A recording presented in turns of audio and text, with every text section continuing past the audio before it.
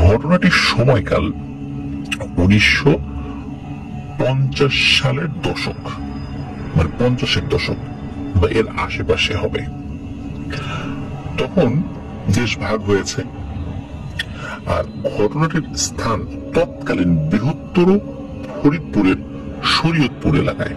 আজকে যে শরীয়তপুর জেলা, এটি কিন্তু 80-র দশকে জেলা হয়েছে। তখন কিন্তু শরীয়তপুর জেলা ছিল না। ওই সময় ফরিদপুর একটা এলাকা ছিল, আর বৃহত্তর ফরিদপুর ছিল, মানে ফরিদপুর ছিল জেলা। তো শরীয়তপুর, আজকে যে শরীয়তপুর, সেই শরীয়তপুরে কিন্তু দুটি উপজেলা রয়েছে, একটা হলো গোসাইরহাট আর একটা হলো ডামুড্ডা। এই গোসাইরহাট এবং ডামুড্ডা উপজেলার পাশ দিয়ে একটি ছোট্ট নদী বয়ে গেছে। এই নদীটার নাম হচ্ছে জয়ন্তী নদী। তো ওই জয়ন্তী নদীর একটি ঘাটকে কেন্দ্র করে ঘটনা, আর সেই ঘাটটা এই গোসাইরহাট উপজেলা এবং ডামুড্ডা উপজেলার মধ্যবর্তী কোন একটি গ্রাম হবে। কারণ অনেক আগের ঘটনা, তো এই ঘটনার অনেক বিষয় কিন্তু যাচাই বাছাই করা এবং তথ্য সংগ্রহ করতে সময় লেগে গেছে। তো এক্সাক্ট কোনটা বা কোন প্লেস, এটি এখন আর জানা যায় না, কারণ অনেক আগের ঘটনা, আপনারা নিশ্চয়ই বুঝতে পারছেন। ওই যে ঘাট এবং ঘাট সংলগ্ন যে এলাকাটা, ওই এলাকার লোকজন তৎকালীন ওই ঘাটে এসে গোসল করতেন, রান্নার পানি নিতেন, কারণ সবার বাড়িতে কিন্তু গভীর নলকূপ ছিল না বা চাপকল ছিল না। ওই সময় নদী কেন্দ্রিক তাদের জীবিকা এবং দৈনন্দিন কর্মকাণ্ড পরিচালিত হতো। মাছ ধরা, তারপরে নৌকায় একজন পার করে দেয়া, এরকম বিভিন্ন কাজগুলো নদীর পানি কেন্দ্রিক হয়ে থাকতো তাদের, এবং এটাই স্বাভাবিক। তো এইভাবে চলছিল। ওখানে একটা ভয়ানক ঘটনা ঘটতো। শুরুটা ভয়ানক না, শুরুটা মানুষের কাছে অদ্ভুত ছিল। সেটা হলো যে ওই ঘাটে মাঝে মাঝে কোনো মানুষ গোসল করতে গিয়ে হারিয়ে যেত। এটা যে মানে রেগুলার হতো তা না, বছরে একবার, দুবার, ম্যাক্সিমাম 3বার। এখন নদীর পানির নিচে কিন্তু এমনিতেই বিভিন্ন ধরনের স্রোতের একটা প্রভাবে এক ধরনের ঘূর্ণন সৃষ্টি হয় বা পাক সৃষ্টি হয়। এই পাকে পড়ে কোনো মানুষ হারিয়ে যেতেই পারেন বা মারা যেতেই পারেন। কিন্তু এইখানে যে অদ্ভুত ব্যাপারটি ছিল সেটি হলো যে কোনো মানুষ যদি হারিয়ে যেত, তার ডেড বডি বা লাশ কিন্তু কোথাও পাওয়া যেত না। এমনটা নয় যে কয়েক কিলোমিটার দূরে কোনো গ্রামে গিয়ে ভেসে উঠেছে বা তার লাশটি 3-4 দিন পরে ভেসে উঠেছে সেখানে, এমনটা নয়। তো এই রকমের ঘটনা বছরে কয়েকবার ঘটতো। তো যেহেতু বছরে কয়েকবার ঘটতো, এই বিষয়টি শুরুর দিকে কিন্তু মানুষ অতটা গুরুত্ব দেয়নি। কিন্তু যখন গুরুত্ব দিল, তখন গ্রামবাসী সিদ্ধান্ত নিল যে এইখানে আর গোসল করা যাবে না, এখানে নিশ্চয়ই কোনো সমস্যা আছে, বা এখানে কোনো পানির পাক সৃষ্টি হয় যেটা আমরা জানি না, কেউ ওই পাকের মধ্যে পড়ে যায় আর উঠতে পারে না।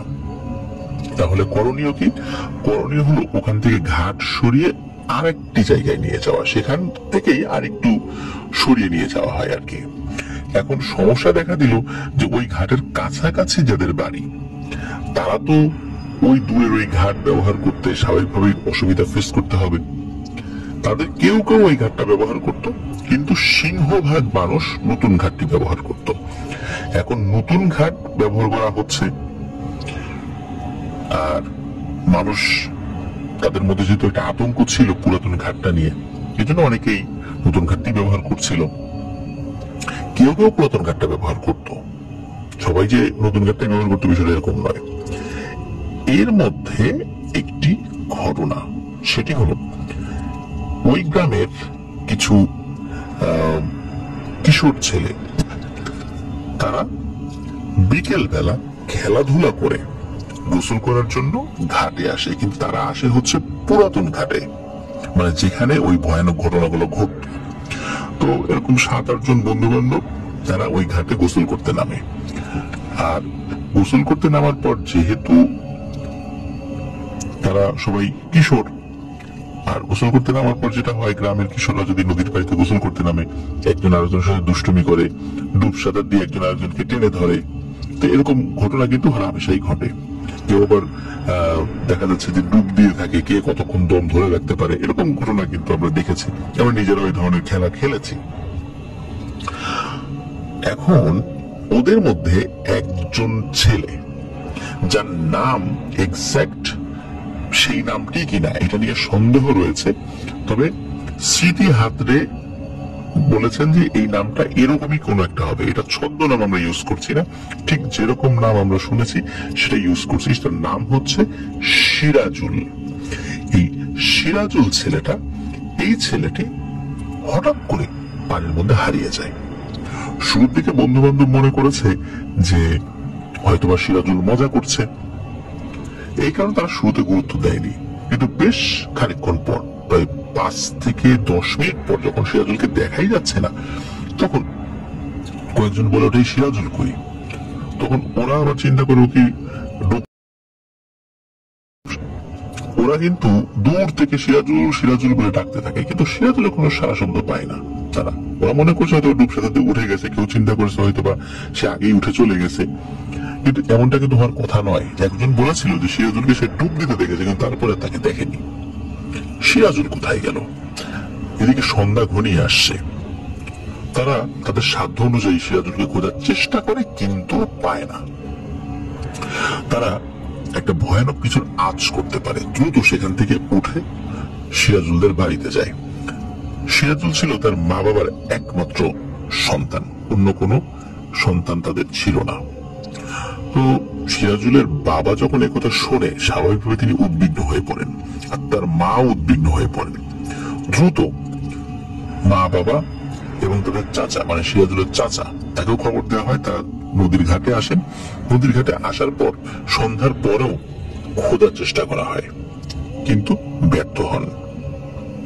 তারা বাড়িতে ফেরত যান। স্থানীয় লোকজন তাদেরকে সান্ত্বনা দেন যে তোমরা চিন্তা করো না, আমরা সকালবেলা আবার খুঁজে দেখব। হতে পারে সিরাজুল পানির নিচে তলিয়ে গেছে, হয়তোবা স্রোতের টানে দূরে কোথাও চলে গেছে। কালকে হয়তোবা আমরা চেষ্টা করে তাকে ফেরত আনলেও আনতে পারি, আল্লাহ যদি চান। তো আসলে যতই সান্ত্বনা দেয়া হোক না কেন, মা বাবার মন এই সান্ত্বনায় তো আর ভরবে না। তারা খুব চিন্তিত হয়ে পড়েন। সকালের অপেক্ষা করতে থাকেন।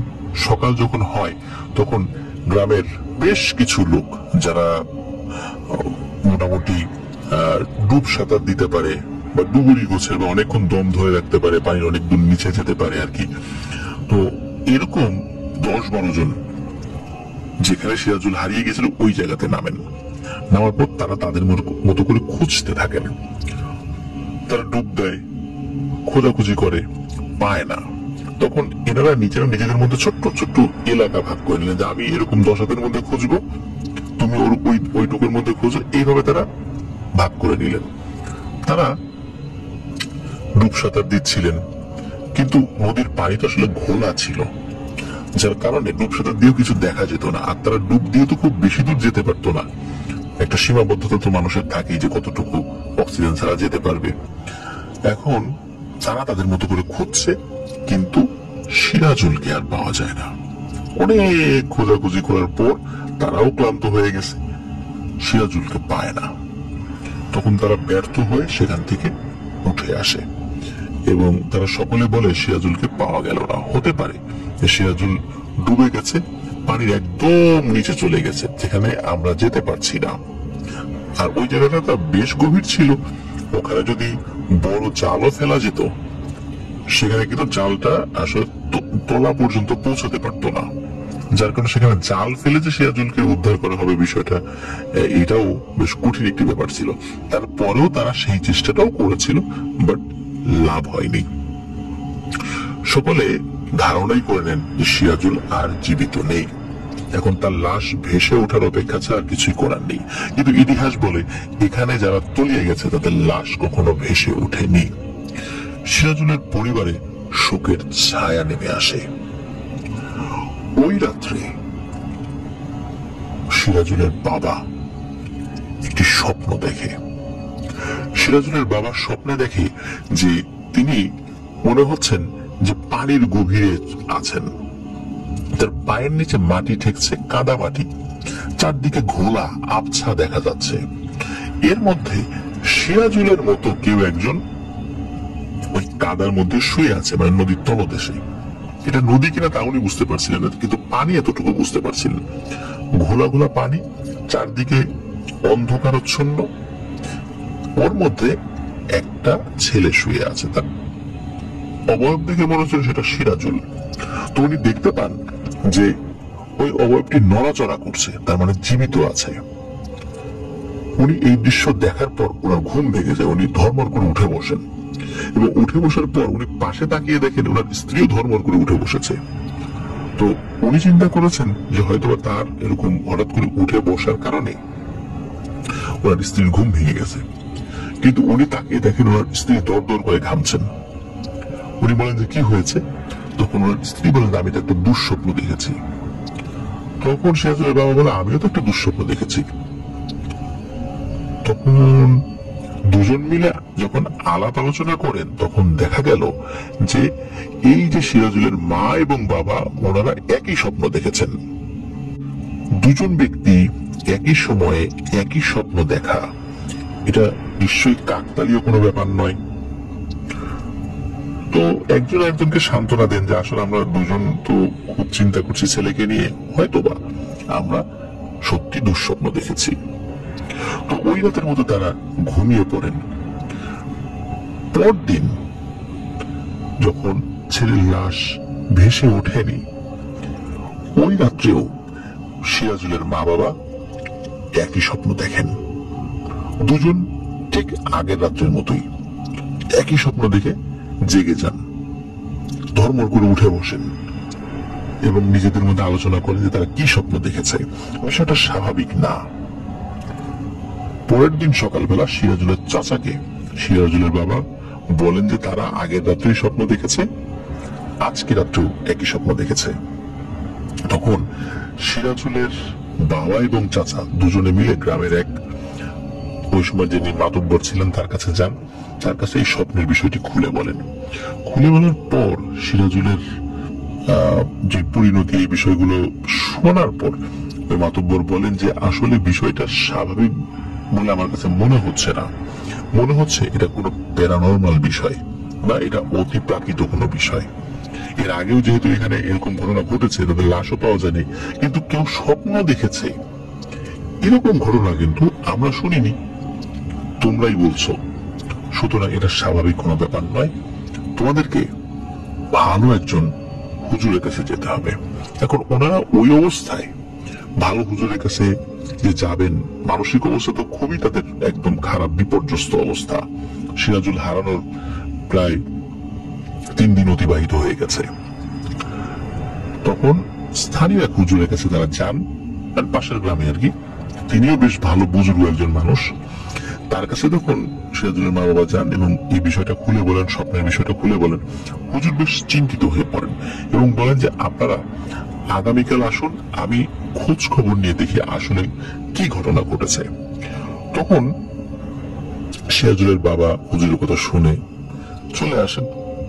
তার মাও, মানে তার স্ত্রীও ছিল, মানে সিরাজুলের মাও ছিল সাথে, তাকে নিয়ে চলে আসেন। পরের দিন যেতে বলেন।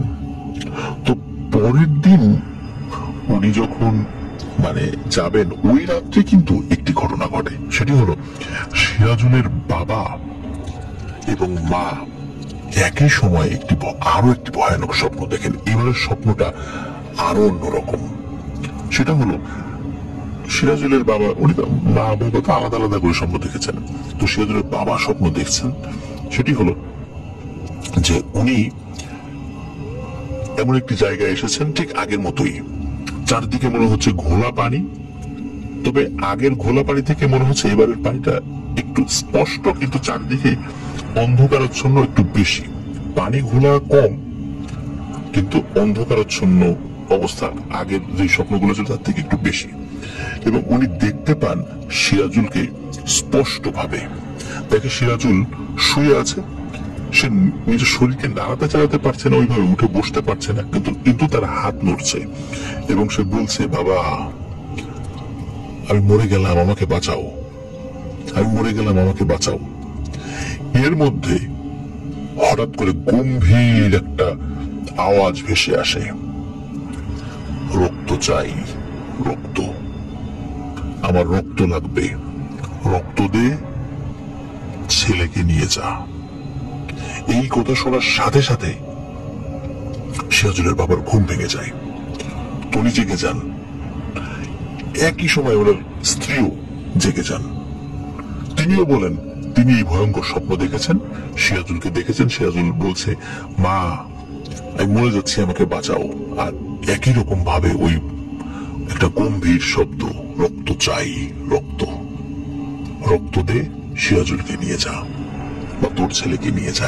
এই যে এই কথাগুলো ভিন্ন ভিন্ন ব্যক্তি কিন্তু একই সময় স্বপ্নে এটা দেখলেন। পরের দিন সকালবেলা তো হুজুরের কাছে যাওয়ার কথা। হুজুরের কাছে গিয়ে শুরুতেই এই বিষয়টি বলেন, তারা এইরকম স্বপ্ন দেখেছেন। আর হুজুরের কাছে যখন গিয়েছেন, হুজুরেরও মুখ খুব ভার। হুজুর কাঁদো কাঁদো ভাবে বলেন যে, ভাই আসলে আমার খুব ইচ্ছা ছিল আপনাদেরকে উপকার করার, কিন্তু আমার যে অনুগত জিনেরা কোনো খবরই আনতে পারেনি। আসলে সে কোথায় গেছে, কি হয়েছে, সে জীবিত আছে না মৃত, কে তাকে নিয়ে গেছে, আমার জিনেরা কোনো খোঁজ খবর আনতে পুরোপুরি ব্যর্থ হয়েছে। আমি তাদেরকে বকাঝকা করেছি যদিও, কিন্তু পুরোপুরি তারা ব্যর্থ হয়েছে। শুধু এতটুকু বলেছে তার সাথে ভয়ানক কিছু হয়েছে, এর বাইরে তারা কোনো তথ্য দিতে পারেনি। এবং আমার জিনেরা বলেছে আপনারা আরো ভালো কোনো হুজুরের কাছে যান, বা এই বিষয়ে যারা আরো ভালো অভিজ্ঞ তাদের সাথে গিয়ে কথা বলতে, তাছাড়া এটা আমাদের পক্ষে সম্ভব নয়। তো হুজুরের কাছে এই কথা শোনার পর স্বাভাবিকভাবেই মনের মধ্যে আরো ভালো হুজুর, আরো ভালো তান্ত্রিক বা কবিরাজ, তাদের কাছে যাওয়ার ইচ্ছা তাদের মনের মধ্যে জেগে ওঠে। মা বাবার মন, একমাত্র সন্তান, সে হারিয়ে গেছে, খুঁজে পাওয়া যাচ্ছে না। জীবিত না মৃত, মৃত হওয়ার সম্ভাবনা বেশি, মৃত হলো লাশটা তো ফেরত পেতে চাই মা বাবা।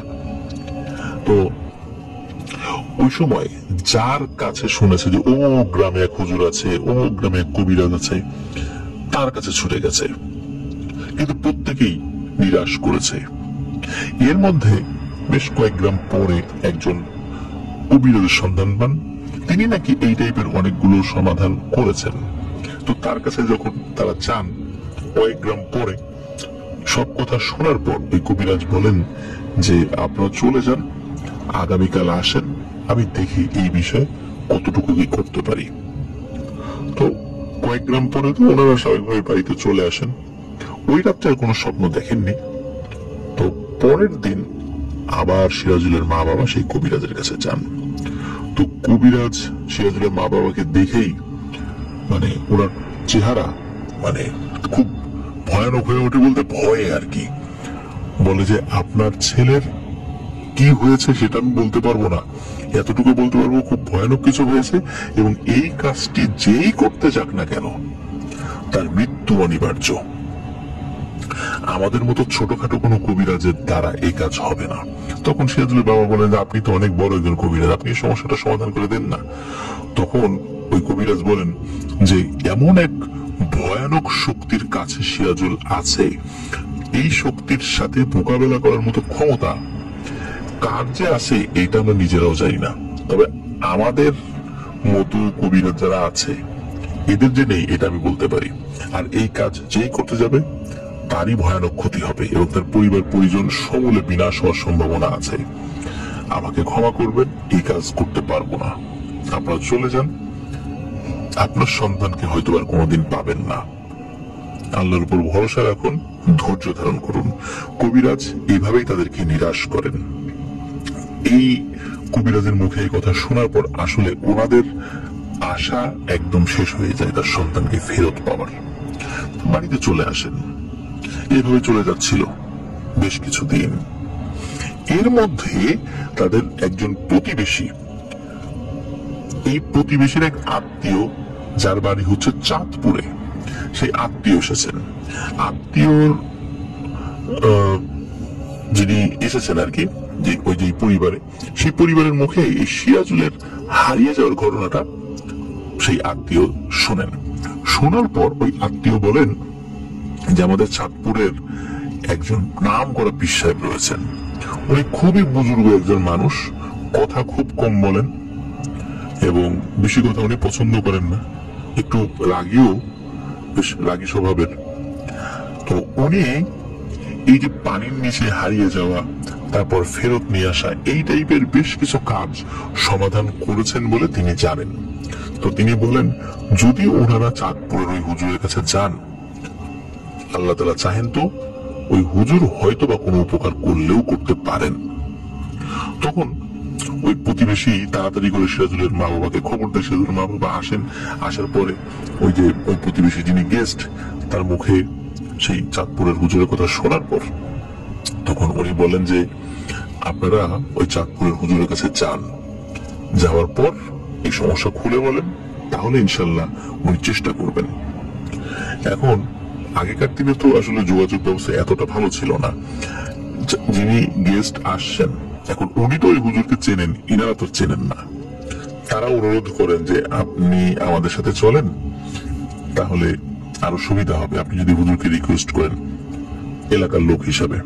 এখন উনি তো অনেকদিন পর আত্মীয় বাড়িতে বেড়াতে আসছেন, তখন তো সেই চাঁদপুর আর হলো কোথায় শরীয়তপুর, বেশ আসতে তো সময়ও লাগে। তো এতদিন পরে আসছেন, সপ্তাহখানেক থাকবেন আত্মীয় বাড়িতে, এরকম তো নিয়ত ছিল।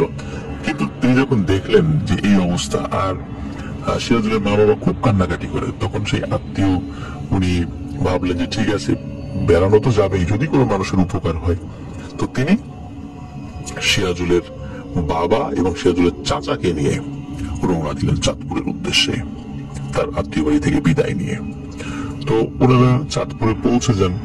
আর সেই পীর সাহেব হুজুরের বাড়ি খুঁজে পাওয়া তো নিঃসন্দেহে খুবই সহজ ব্যাপার, কারণ তিনি সেই এলাকার একজন রিনাউন্ড, একজন বুজুর্গ ব্যক্তি ছিলেন আর কি। তো তারা পীর সাহেব হুজুরের সাথে দেখা করেন। দেখা করার পর পীর সাহেব হুজুরের কাছে সব কথা খুলে বলেন যে এই ব্যাপার, ওনাদের একটি মাত্র সন্তান এইভাবে হারিয়ে গেছে। অনেক কবিরাজ হুজুরের কাছে যাওয়া হয়েছে, কিন্তু তারা কোনো কিছু সমাধান দিতে পারেনি, এমনকি কোনো সুনির্দিষ্টভাবে তথ্যও বলতে পারেনি যে আসলে কি হয়েছে। হুজুর এই কথা শোনার পর উনি বলেন যে ঠিক আছে, আপনারা অনেক দূর থেকে এসেছেন, আপনাদের থাকার ব্যবস্থা আমি করছি, খাওয়ার ব্যবস্থা করছি, আপনারা এখানেই থাকেন, খান, বিশ্রাম নেন, আমি এই বিষয়ের তদন্তে আমি লোক লাগাচ্ছি। আমার অনুগত মুখবির জিন, মানে যে জিনেরা সংবাদ সংগ্রাহক, আমি ওদেরকে কাজে লাগাবো। লাগানোর পর কি তথ্য পাই আগামীকাল ইনশাল্লাহ আপনাদেরকে জানাবো, সেই পর্যন্ত আপনারা অপেক্ষা করুন। তো ওনারা হুজুরের যিনি একজন খাদেম আছেন, সেই খাদেমের মাধ্যম দিয়ে একটা বিশ্রামশালায় চলে যান, বিশ্রাম করেন। পরের দিন ফজরের নামাজের পর তারা হুজুরের সাথে সাক্ষাৎ করেন। তারা গিয়ে দেখেন হুজুরেরও মানে চেহারায় বেশ চিন্তার ছাপ। সিরাজুলের বাবা এবং চাচা জিজ্ঞেস করেন যে হুজুর কোন সন্ধান পেলেন? তখন হুজুর বলেন যে আমার দীর্ঘদিনের অভিজ্ঞতায় আজকে প্রথম আমি কোনো সংবাদ দিতে ব্যর্থ হচ্ছি, কারণ আমার যে মুখবির জিনগুলো রয়েছে, এই জিনেরা সমুদ্রের অতল থেকে, ঘন জঙ্গলের ভেতর থেকে, ভয়ানক দুর্গম পার্বত্য এলাকা থেকে তথ্য সংগ্রহ করে এনে দিতে পারবে। দুর্ভেদ্য জিনদের যেই পাহারা, সেখান থেকে তারা তথ্য এনে দিতে পারে, কিন্তু সিরাজুলের কোনো তথ্য তারা এনে দিতে ব্যর্থ হয়েছে। তারা বলেছে যে যেই জায়গায় ঘটনা ঘটেছে সেই জায়গার কাছাকাছি তারা যেতে পারলেও তারা সেখানকার ভেতরে যেতে পারছে না, এবং ওই আশেপাশে অন্য যে জিনেরা আছে তাদের কাছ থেকে তথ্য সংগ্রহ করে এতটুকু শুধু বলতে পেরেছে যে সিরাজুল জীবিত না মৃত এটা বলা যায় না, তবে তার সাথে এমন একটা ভয়ানক ঘটনা ঘটেছে এবং এমন এক ভয়ানক শক্তি সিরাজুলকে আঁকড়ে ধরে রেখেছে যে সেটা থেকে সিরাজুলকে বের করে আনা অত্যন্ত দুরূহ ব্যাপার। কিন্তু কে সে শক্তি, এই বিষয়ে তারা কোনো তথ্য দিতে পারেনি। তখন পীর সাহেব হুজুর বলেন যে আপনারা নিরাশ হবেন না, আল্লাহর উপর ভরসা রাখুন, আমি আমার মুখবির জিনদের সাথে আরো জিনদেরকে কাজে লাগাচ্ছি, কোনো না কোনো তথ্য তো ইনশাল্লাহ পাবই। আর এই বিষয়টি আমার কাছে চ্যালেঞ্জিং মনে হয়েছে এবং আমি এই চ্যালেঞ্জটা নিতে চাই। আপনাদের সন্তানকে আপনাদের কাছে আল্লাহর ইচ্ছায় ফেরত দিতে চাই। এখন আমাকে জানতে হবে আসলে ঘটনাটা কি। তো পীর সাহেব হুজুর বলেন তাদেরকে যে আপনারা বিশ্রামশালায় বিশ্রাম করতে থাকেন, আমি আপনাদেরকে খবর পাঠাবো, তখন আসবেন, তখন আমি আপনাদেরকে জানাবো। এইভাবে একদিন, 2 দিন, 3 দিন চলে যায়, কোনো খোঁজ খবর নাই। 5ম কি 6ষ্ঠ দিনের মাথায় হুজুর সিরাজুলের বাবা এবং চাচাকে ডেকে পাঠান এক জোহরের নামাজের পর।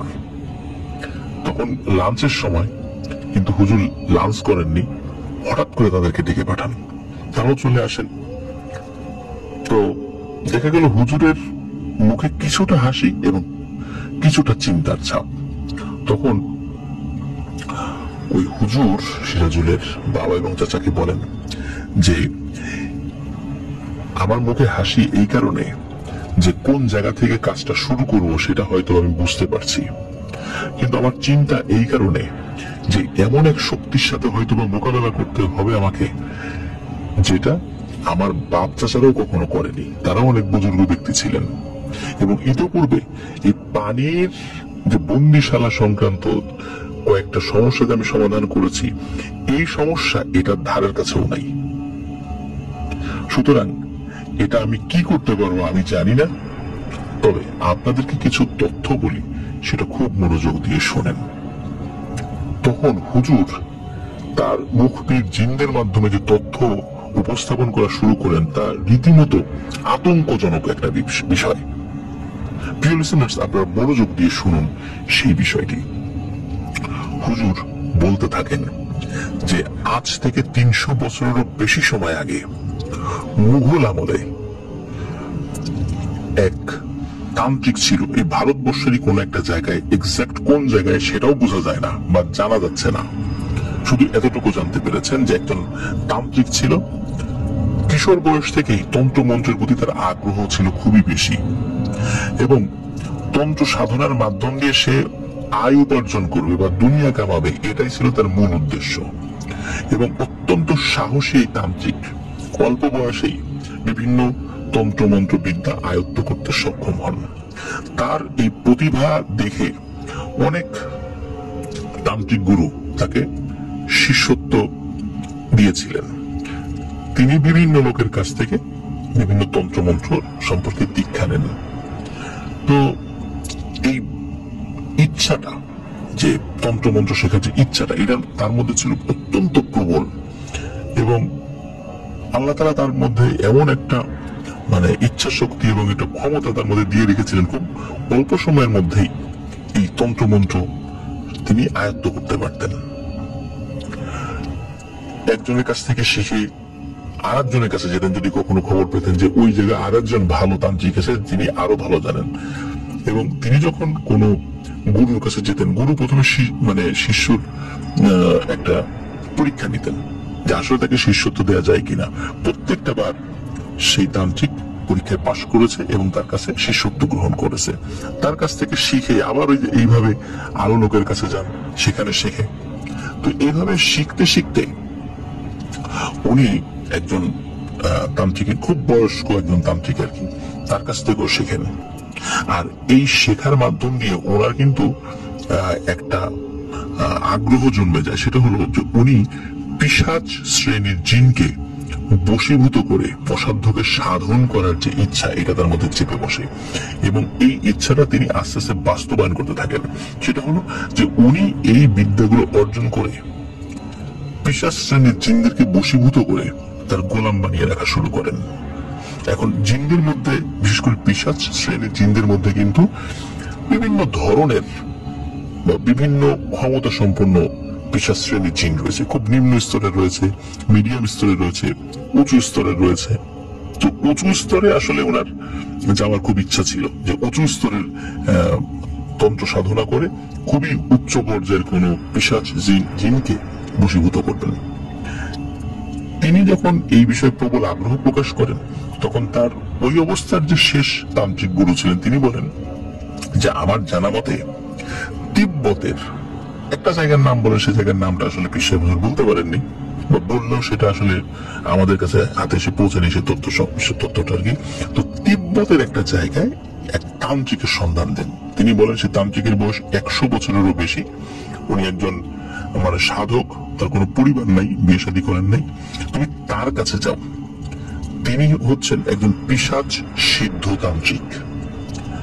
তুমি তার কাছে যাও, তার কাছ থেকে যদি দীক্ষা লাভ করতে পারো, আমার মনে হয় যে তুমি তোমার কাঙ্ক্ষিত লক্ষ্যে পৌঁছাতে পারবে।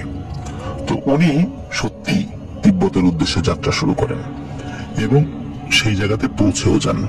সেই তান্ত্রিক গুরু তিনি 100 বছরেরও বেশি বয়স হওয়ার পরও একদম স্বাভাবিকভাবে নাকি সব কাজকর্ম করতেন, এবং তাকে দেখে মনে হতো যে তার বয়স হয়তো 45 বা 48, সর্বোচ্চ 50 বছর এরকম আর কি। তো সেই তান্ত্রিক গুরুর কাছে যান এবং তার আসার ইচ্ছাটা তিনি সেখানে প্রকাশ করেন। তো তান্ত্রিক গুরু ওই তান্ত্রিকের মানে ওই তার যে শিষ্য হিসাবে যিনি আসছেন আর কি শিষ্যত্ব গ্রহণ করার জন্য, তার কিছু ছোটখাটো পরীক্ষা নেন এবং তান্ত্রিক গুরু খুব খুশি হয়ে যান যে হ্যাঁ সত্যি আমার শেখা যে এত বিদ্যা, এই বিদ্যা কাউকে শেখানোর মতো একজন লোক এতদিনে পাওয়া গেছে। তো তিনি তার শিষ্যত্ব তাকে দেন আর কি ওই সেই তান্ত্রিক গুরু, এবং তার কাছ থেকে দীক্ষা লাভ করা শুরু করেন।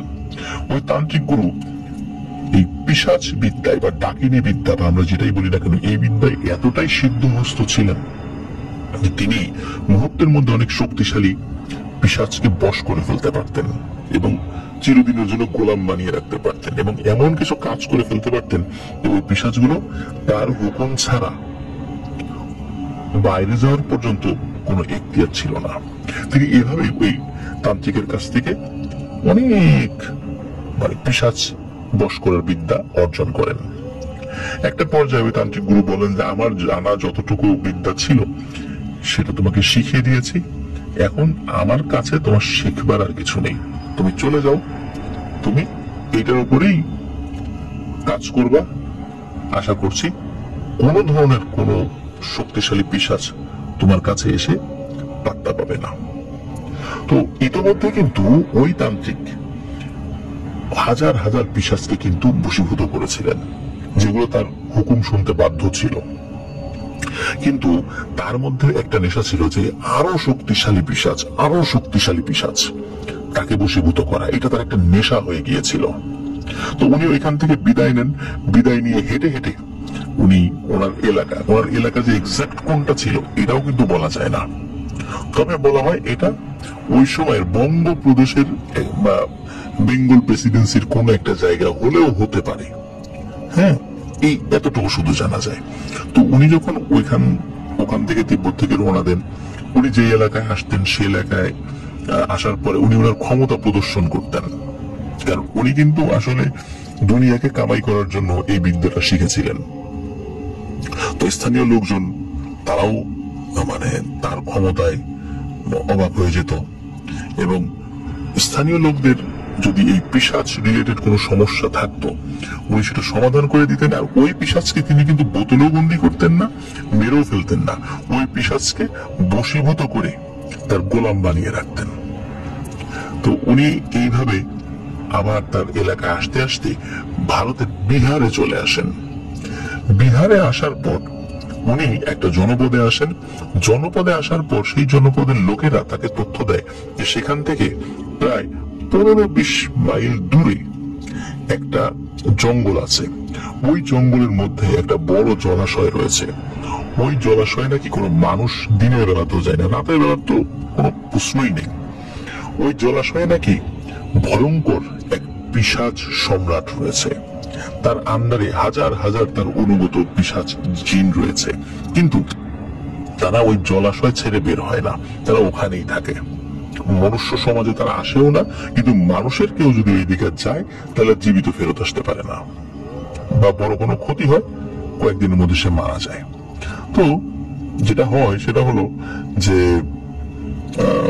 এই তথ্য শোনার পর ওই তান্ত্রিকের তো মানে খুশি আর ধরে না, কারণ সে চাচ্ছিল যে এইরকম ভয়ানক কোন এক মানে পিশাচ সম্রাটকে সে বশীভূত করতে। কারণ পিশাচ সম্রাটকে যদি সে বশীভূত করতে পারে তাহলে তার অনেক কার্যসিদ্ধি সে করতে পারবে আর কি। তো উনি যে কাজটি করেন সেটা হলো যে ওই পিশাচ সম্রাটকে বশীভূত করে, এটা কিন্তু চারটিখানি কথা না, তার তো এই এত বছরের তন্ত্রমন্ত্র সাধনা সকল বিদ্যা সেখানে প্রয়োগ করতে হবে।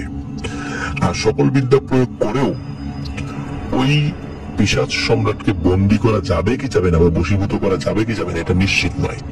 এই জন্য তিনি কৌশল অবলম্বন করেন।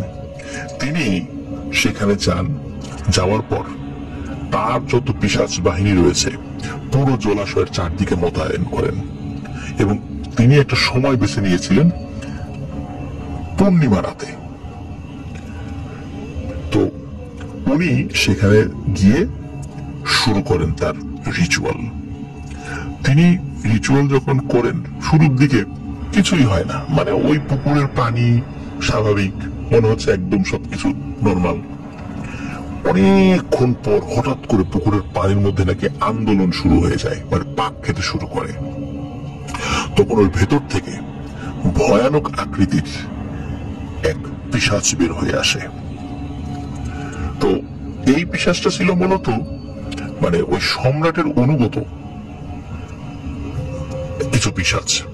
তারা যখন আসে মুহূর্তের মধ্যে তাদেরকেও বশীভূত করে ফেলে, কিন্তু এবারের বেলায় বশীভূত করে রাখেনি, এবার তাদেরকে হত্যা করেছে।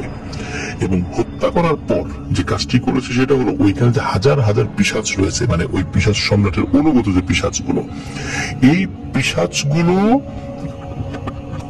এরা মানে এদের মধ্যে ওই সম্রাট এবং এদের মধ্যে এক ধরনের একটা পর্দা সৃষ্টি করে ফেলেছে এবং ওই সম্রাট ব্যতীত যত পিশাচ রয়েছে তাদের মানে দৃষ্টি এবং মতিভ্রম করে দিয়েছে, একটা মায়াজালে আবদ্ধ করে ফেলেছে।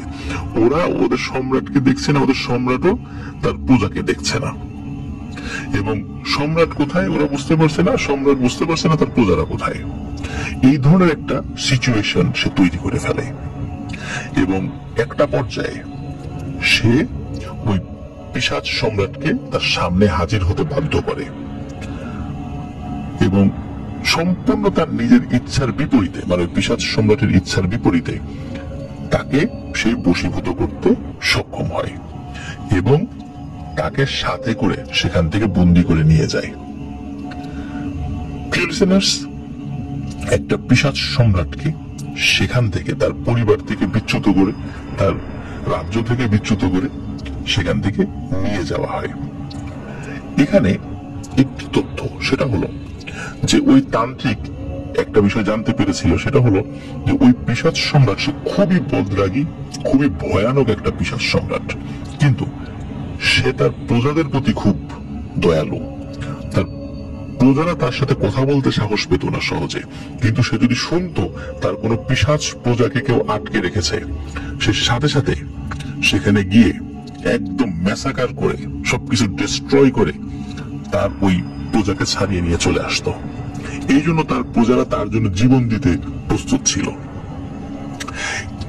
এখন এই হাজার হাজার পিশাচ যারা তাদের সম্রাটের জন্য জীবন দিতে প্রস্তুত, এদের মোকাবেলা করা কিন্তু চারটিখানি কথা না।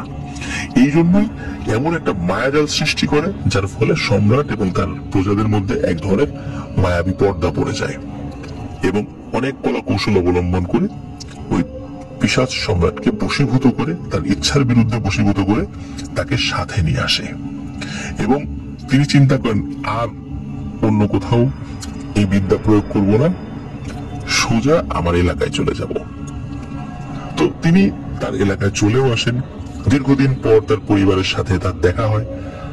সে সেখানে একটা আখড়া খুলে বসেন, এই তন্ত্রমন্ত্রের একটা আখড়া, মানুষ সেখানে সমাধানের জন্য আসে।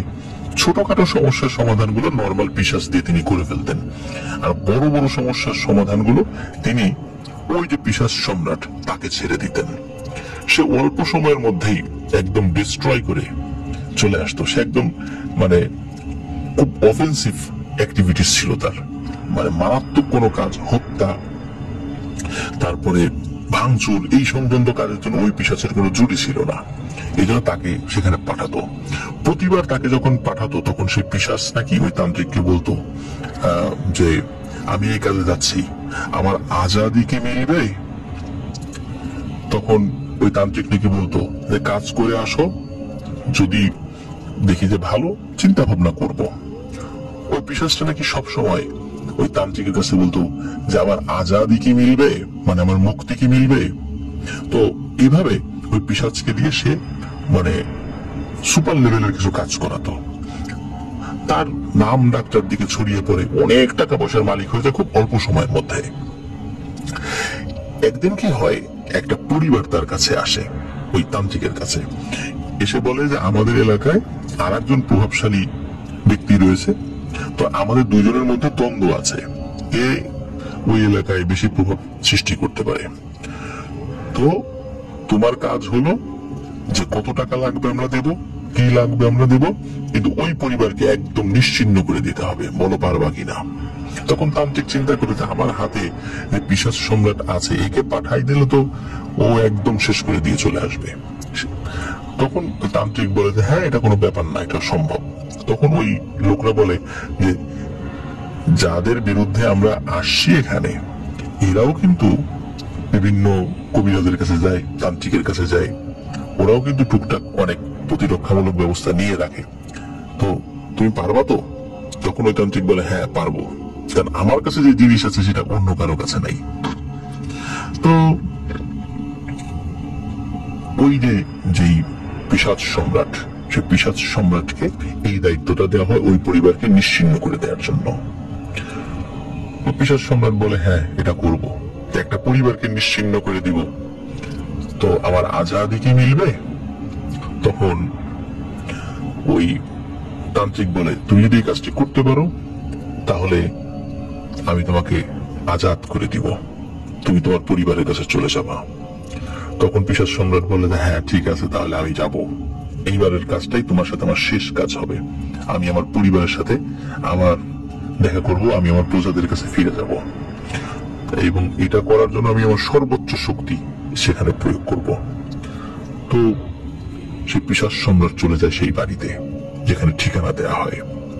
সেখানে গিয়ে তো শুরু হয়ে যায় তার তাণ্ডব। ঘর বাড়ি ভেঙে ফেলতেছে, গাছপালা ভেঙে ফেলছে, মনে হচ্ছে বিশাল তুফান। আর তার যে কণ্ঠ বজ্র কণ্ঠের মতো, মানে হুঙ্কার দিচ্ছে মানে বাইরে থেকে।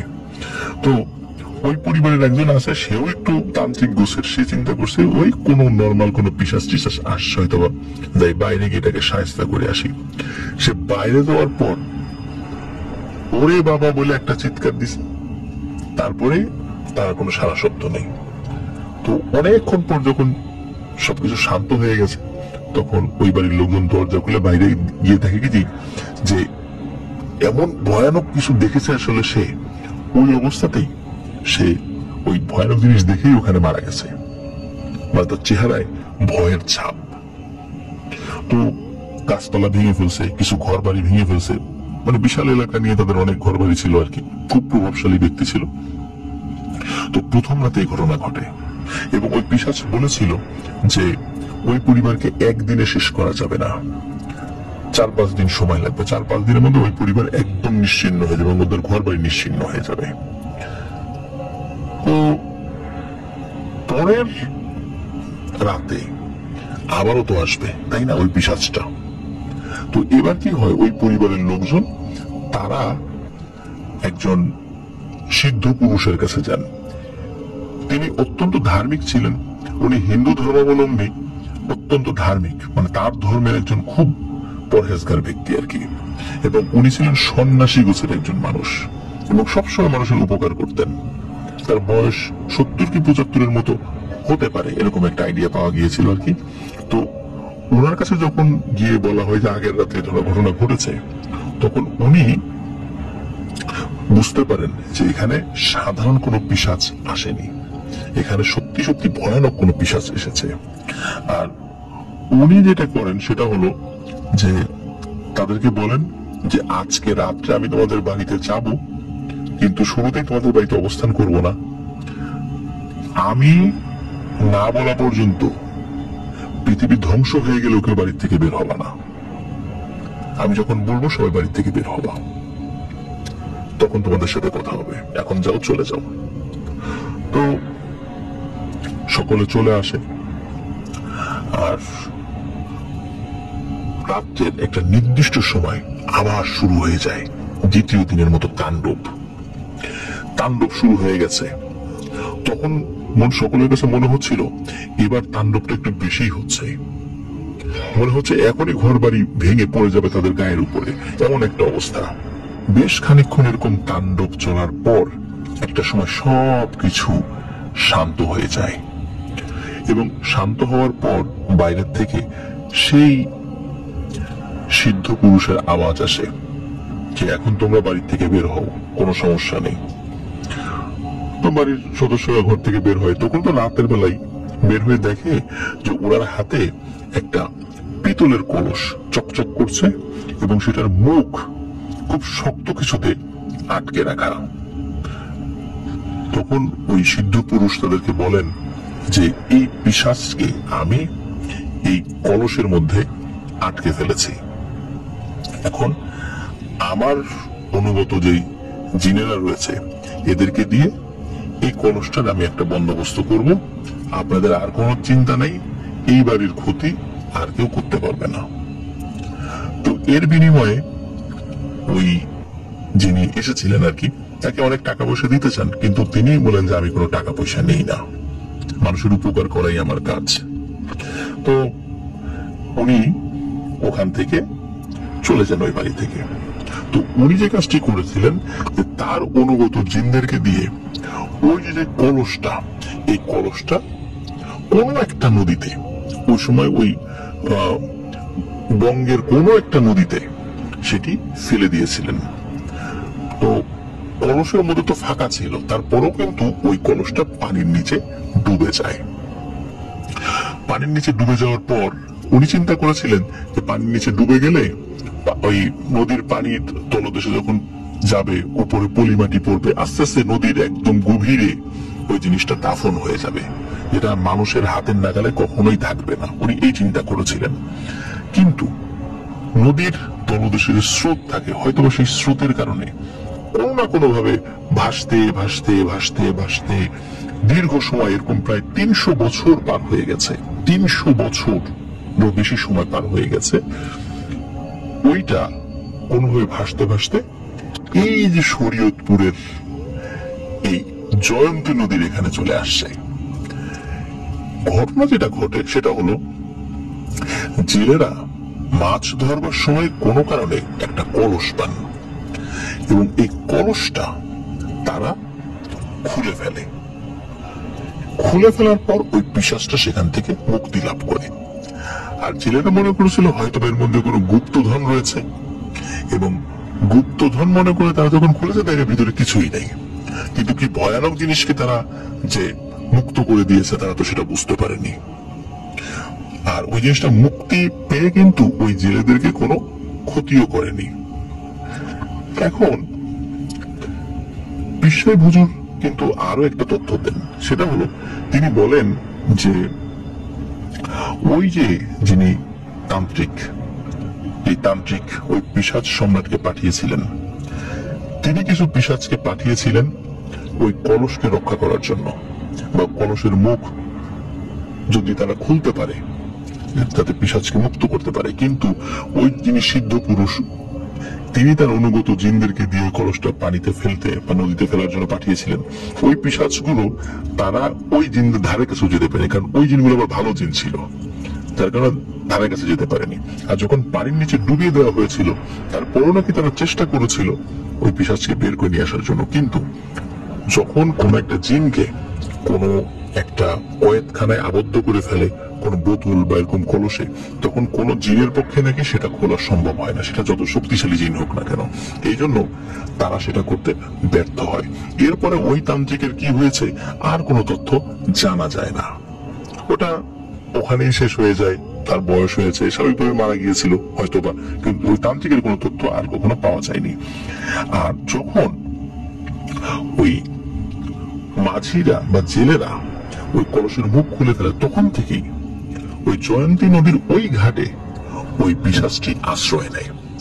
দীর্ঘ সময় কলসের মধ্যে আটকে থাকার কারণে তার শক্তি অনেকটা কমে এসেছিল। এই জন্য মাঝে মাঝে তার মানুষের রক্তের প্রয়োজন হতো। একটা সময় সে পশুর রক্ত পান করত। তার প্রজারা বিভিন্ন পশু এনে দিত এবং সেই পশুর রক্ত সে পান করত। এখন তো তার প্রজা নাই, যার কারণে সে মানুষের রক্ত পান করা শুরু করে। ওই জিনটি যখন বা ওই পিশাচটি যখন মুক্তি লাভ করে, সে কিন্তু তার সম্প্রদায়ের কাছে যেতে পারেনি। তার কারণ হলো ওই সিদ্ধ পুরুষ যিনি তাকে ওই কলসে বন্দী করেছিলেন, তিনি এমন একটা নিরাপত্তা বলয় সৃষ্টি করে দিয়েছিলেন যে সে একটা নির্দিষ্ট তার একটা কয়েক কিলোমিটারের বাইরে সে যেতে পারবে না। সে যখন টের পায় যে সে আর যেতে পারছে না, সে যেখান থেকে মুক্তি লাভ করে তার কয়েক কিলোমিটার বাইরে সে যেতে পারছে না, এবং এই বন্ধনটা কাটাতে হলে তাকে আরো শক্তিশালী হতে হবে, তারপর থেকে সে এখানে আস্তানাগারে এবং বিভিন্ন সময় নির্দিষ্ট কিছু মুহূর্তে কিছু মানুষদেরকে নিয়ে যায় এবং যার রক্ত পান করে এবং তার দেহ আর ফেরত দেয় না। নদীর অতল গহ্বরে সে দেহগুলোকে সে পুঁতে দেয়। এই জন্য ওই ডেড বডি গুলো আর পাওয়া যেত না। তো এই যে এতগুলো ঘটনা, এতগুলো সিকোয়েন্স বা ওই জিনের যে একটা হিস্টোরি, এই জিনিসটা পীর সাহেব হুজুর সিরাজুল ভাইয়ের বা সিরাজুলের বাবা এবং চাচাকে এই বিষয়টা বলেন এবং বলেন যে এটা খুবই দুরূহ একটা কাজ যে সিরাজুলকে উদ্ধার করা, কিন্তু যেহেতু এমন ভয়ানক এক পিশাচ এখানে এসে আস্তানা গেড়েছে, একে যদি শায়েস্তা না করা যায় তাহলে আরো বহু লোকের প্রাণ নাশ হবে। সুতরাং আমি আমার সর্বোচ্চ চেষ্টা করব এই সমস্যার সমাধান করার জন্য। আপনারা আপনাদের বাড়িতে চলে যান, আপনাদের ঠিকানা দিয়ে যান। আমি কিছুদিন পর আমার কিছু ছাত্র নিয়ে সেখানে যাব। আপনারা শুধু আমাদের জন্য একটু থাকার ব্যবস্থা করবেন। পীর সাহেব হুজুর নরমালি তার খানকা ছেড়ে খুব কমই বের হতেন। যেহেতু এই বিষয়টি অত্যন্ত চ্যালেঞ্জিং ছিল, বহু মানুষের প্রাণ হুমকির মুখে ছিল, এই কারণে তিনি তার খানকা ছেড়ে আসতে তিনি সম্মতি জ্ঞাপন করেছিলেন। তিনি সিরাজুলের বাবা এবং চাচাকে তাদের বাড়িতে পাঠিয়ে দেন এবং নির্দিষ্ট সময় পরে তিনি আসবেন বলে কথা দেন। তাদের থাকার জন্য একটা জায়গার কথা বলেছিলেন, তিনি কোনো মতে থাকতে পারলেই হলো। আর তিনি তার সাথে 6 জন ছাত্রকে নিয়ে আসবেন এবং উনি চেষ্টা করবেন সিরাজুলকে উদ্ধার করার জন্য। তো ওনার কথায় আশ্বস্ত হয়ে আল্লাহর উপর ভরসা করে সিরাজুলের বাবা এবং চাচা বাড়িতে চলে আসেন এবং হুজুরের অপেক্ষা করতে থাকেন। তো হুজুর বলেছিলেন যে এই পিশাচকে কখনোই অমাবস্যা রাত্রে কাবু করা যাবে না। তাকে কাবু করতে হলে অবশ্যই পূর্ণিমা রাতে তার সাথে মোকাবেলা করতে হবে। যদি পূর্ণিমা না হয়, যদি অন্ধকারাচ্ছন্ন হয়ে যায়, তাহলে কিন্তু সমস্যা হবে। কারণ অন্ধকারে ও শক্তি বহুমাত্রায় বৃদ্ধি পেয়ে যায়। এদিকে সিরাজুলের বাবা এবং চাচা বাড়িতে ফেরত আসেন, অপেক্ষার প্রহর গুনতে থাকেন হুজুরের জন্য। সত্যি হুজুর 6 জন ছাত্রকে সাথে নিয়ে চলে আসেন সেই গ্রামে। আসার পর একটা নির্দিষ্ট জায়গায় তিনি ওঠেন, সময়ের অপেক্ষা করতে থাকেন। তো পূর্ণিমার রাত, যেই রাত্রে, সেই রাত্রে শুরু হয় মেইন কাজ। হুজুর তার সাথে থাকা 6 জন স্টুডেন্টকে নিয়ে চলে যান সেই ঘাটের কাছে। সেই ঘাটের কাছে যাওয়ার পর হুজুর এগিয়ে যান এবং 6 জন স্টুডেন্টকে পেছনে রাখেন এবং তাদেরকে দোয়া দুরূদ করতে বলেন। হুজুর তার মতো করে কাজ শুরু করেন। তো হুজুর দোয়া পড়ছেন, কিন্তু একদম স্বাভাবিক, নদীর পানি একদম স্বাভাবিক, কিছুতেই কিছু হচ্ছে না। কিন্তু উনি পড়েই যাচ্ছেন। হঠাৎ করে মনে হলো নদীর ঠিক যেই জায়গাটাতে আর কি সবাই হারিয়ে যেত, ওই জায়গাটাতে একটা পাক সৃষ্টি হয়েছে এবং ঘূর্ণন এমন বেগে হচ্ছে সেখানে শো শো শব্দ আসছে। মনে হচ্ছে ওই জায়গাটাতে পানির বড় বড় ঢেউ উঠে আসছে উপর দিকে, এমন একটা অবস্থা। হঠাৎ করে ভিতর থেকে মনে হচ্ছে যে বজ্রপাত হলে যেরকম আওয়াজ, ওই রকমের গর্জন আসছে এবং ওর ভেতর থেকে কথা আসছে। একটা কথা চলে আসে ভেতর থেকে, সেটা হলো, তোরা কি আমাকে শান্তিতে থাকতে দিবি না? বল কি চাস, কেন এখানে এসেছিস?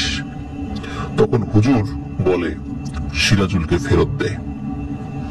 বলে যে সিরাজুলকে তো আমি ফেরত দেব না, আমি তো ওর মা বাবাকে স্বপ্নে দেখিয়েছি যে আমাকে রক্ত দিতে হবে, রক্ত দিক, আমি সিরাজুলকে ফেরত দেব কি দেব না এটা ভাববো।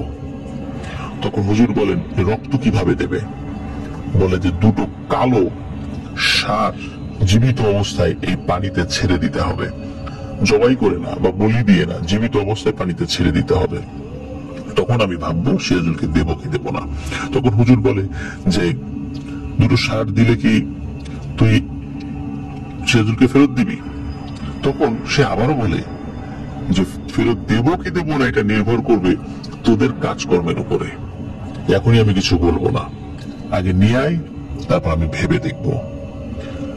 এই পিশাচের এই আওয়াজ শুনে হুজুরের মনে একটা খটকা লাগে যে আসলে কি সিরাজুলকে ফেরত দেবে নাকি সে কোনো কূটকৌশলের আশ্রয় নিচ্ছে। কারণ বহু বছর ধরে নিজের সম্প্রদায় থেকে বিচ্যুত থাকার তার ভেতরের যে কষ্টটা, এই কষ্ট লাঘব করার জন্য এবং তার সম্প্রদায়ের কাছে ফিরে যাওয়ার জন্য সে হীন কোনো কাজ নাই যে করবে না। সুতরাং হুজুরকেও মানে পীর সাহেবকেও অত্যন্ত সচেতনতার সাথে কাজটি করতে হবে। তখন বলে যে ঠিক আছে, আগামীকাল এই সময়ে আমি আসব এবং এসে তোর দুটো ষাঁড় তোকে আমি দেব, কিন্তু সিরাজুলকে ফেরত দিতে হবে। তো এই কথার কোনো উত্তর হয় না। তারপর আস্তে আস্তে এই ঘূর্ণনটাও থেমে যায়, আবার পানি স্বাভাবিক হয়ে যায়। হুজুর ছাত্রদেরকে নিয়ে চলে যান। তো রাত্রে কি হয়েছে সেটা সিরাজুলের বাবা, চাচা এবং গ্রামের গণ্যমান্য ব্যক্তিদেরকে হুজুর খুলে বলেন। বলার পর খুব দ্রুততার সাথেই দুটি ষাঁড় ম্যানেজ হয়ে যায়, কিন্তু বাদ সাধে হচ্ছে সিরাজুলের বাবা এবং চাচা। তারা বলে যে আজকে আমরা সাথে যাব। বিশেষ করে সিরাজুলের বাবা, তিনি বলেন যে আমার সন্তান, তাকে আমি দেখব না, তার কি হয় আমি একটু দেখব না, আমাকে নেন। কিন্তু হুজুর কিছুতেই রাজি হন না সিরাজুলের বাবাকে সাথে নিতে। সিরাজুলের চাচাও আসতে চান। তখন বলেন যে আসলে অন্যদিন হলে একটা ব্যাপার ছিল, কিন্তু আজকে এমন কিছু কাজ হবে বা ঘটতে পারে যেটা আসলে আপনারা থাকলে ভয়ানক বিপদ নেমে আসতে পারে। কিন্তু নাছর বান্দা সিরাজুলের বাবা এবং চাচাও যাবেনি।